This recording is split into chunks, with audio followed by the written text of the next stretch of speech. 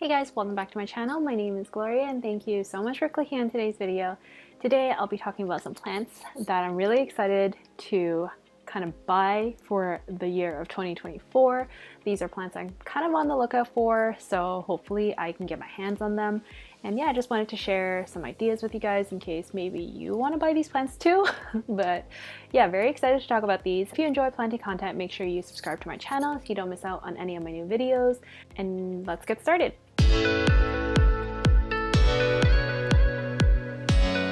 Okay, so let's see. I have a few plants that I'm really excited about. So the first one is very common, typical, probably in many people's households, and it's the Monstera deliciosa.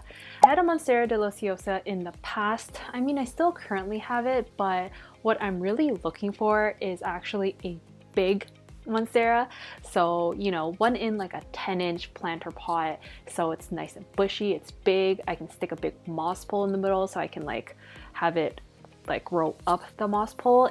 So I'm kind of on the lookout for a Monstera that's in the price range of under $50 for a 10-inch pot, so hopefully that's doable and I can find one this year so that I can plant it up and have it in my room so I can see it all the time. But yeah, that's the goal right now. And I have one downstairs actually in the kitchen that's very small, like in a 4 or 5-inch pot. It's like a little baby Monstera. I don't even think, no, it does have fenestrations, but it's not very mature. It doesn't have really big leaves. It honestly is just not doing great. I think it's like the leaves are yellowing and like not looking good. So I'm really hoping for a big one and one with lots and lots of green fenestrated leaves. So hopefully that is in the cards for the year of 2024. I really just love the big heart-shaped leaves and the splits and even the small little holes that develop in really mature Monsteras, but I'm fine with just a mature Monstera. It doesn't have to be super big, but big enough such that it could be like a nice floor plant. Plant number 2 is also one I've had in the past and unfortunately died a horrible death when I went on vacation and forgot to ask my mom to water my plants, and yeah, it like shriveled up and died. So despite it being a succulent, this one is the variegated string of hearts. So this is really beautiful because if you like blast it with enough grow lights and sun, it will literally just be bright pink and just so pretty. So I'm not looking for a really big string of hearts. I just want a tiny little one, maybe like 3-4 inch pot. I think I have the right growing conditions for a variegated string of hearts to thrive. Lots of sun or light from grow lights and just low maintenance. You don't really have to care for it. It really adds to one's collection without being too stressful. I think that's the goal. I really want to find one. I know these ones you don't usually see in big box stores, so I'm more so will be looking for these in nursery type plant stores. There's one called Valley View Gardens, which is really popular. They usually have variegated string of hearts. I think that was where I bought my first one, or I might have gotten it in a trade. It's been too long, I can't really remember. Very hopeful that I will get that this year.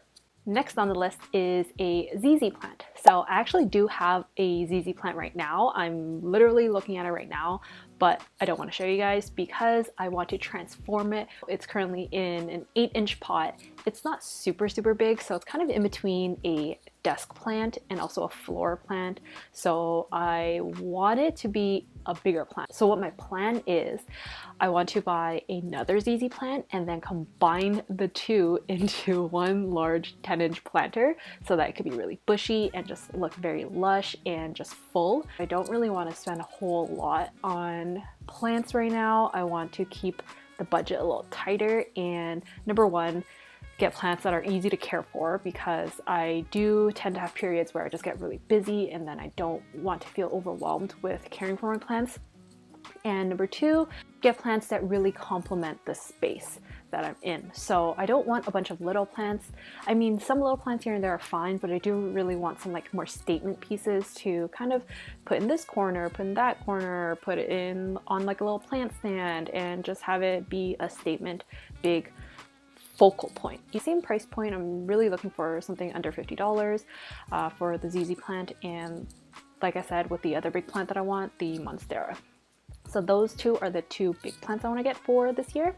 Last plant I want to get is actually one that I've never had before.